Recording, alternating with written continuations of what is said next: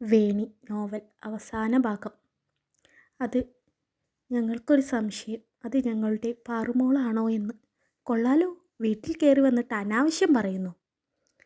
ഇത് ഞങ്ങളുടെ കൃഷ്ണയുടെ മകളാണ് മീനാക്ഷി.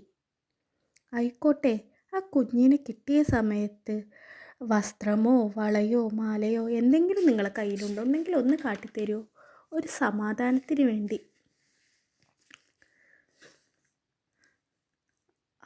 അതൊന്നും പറ്റില്ല, നിങ്ങൾ പോവാൻ നോക്ക്. വേണി, നീ വണ്ടിയിൽ പോയിരിക്കേ, ഞാൻ ഇപ്പോൾ വരാം. വേണി കരഞ്ഞുകൊണ്ടുപോയി. ഞങ്ങളുടെ മകൾ പാർവണ, ഞങ്ങളുടെ പാറുമോൾ, അവളെ ഞങ്ങൾക്ക് നഷ്ടപ്പെടുന്നത് അവൾക്ക് 2 വയസ്സുള്ളപ്പോഴാണ്.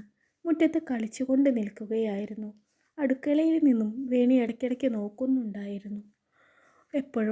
എപ്പോഴോ അവളുടെ ശ്രദ്ധയൊന്ന് മാറിയപ്പോൾ, ഞങ്ങളുടെ മകളെ ഞങ്ങൾക്ക് നഷ്ടമായി. ശരി, ഞങ്ങൾ പോട്ടെ. വേണു പോവാനിറങ്ങിയതും കൃഷ്ണ വിളിച്ചു. ഞങ്ങൾക്ക് മീനുവിനെ കിട്ടുന്നത് കുരിശുപള്ളിയുടെ അടുത്ത് നിന്നാണ്. അവിടെ ഒറ്റയ്ക്ക് നിൽക്കുകയായിരുന്നു. ഞാൻ എൻ്റെ ഡെലിവറി കഴിഞ്ഞ് വരികയായിരുന്നു. കൃഷ്ണേ, വസുമതി വിളിച്ചു. അമ്മയൊന്നും മിണ്ടാതെ നിൽക്ക്, എൻ്റെ കുഞ്ഞ് പ്രസവത്തോടെ പോയി. അതുകൊണ്ടാവണം മീനുവിനെ എനിക്ക് കണ്ടില്ല എന്ന് നടിക്കാൻ തോന്നിയില്ല. അതുകൊണ്ട് അവളെ ഇങ്ങോട്ട് കൊണ്ടുവന്നു. എൻ്റെ കുഞ്ഞിനെ കുറിച്ചോർത്ത് ഇന്നും ഞാൻ വേദനിക്കുന്നു. അപ്പോൾ നിങ്ങളുടെ അവസ്ഥ പറയണ്ടല്ലോ. നിങ്ങളുടെ മകളാണ് അവളെങ്കിൽ കൊണ്ടുപോയിക്കോളൂ, എനിക്കൊരു പ്രശ്നവുമില്ല.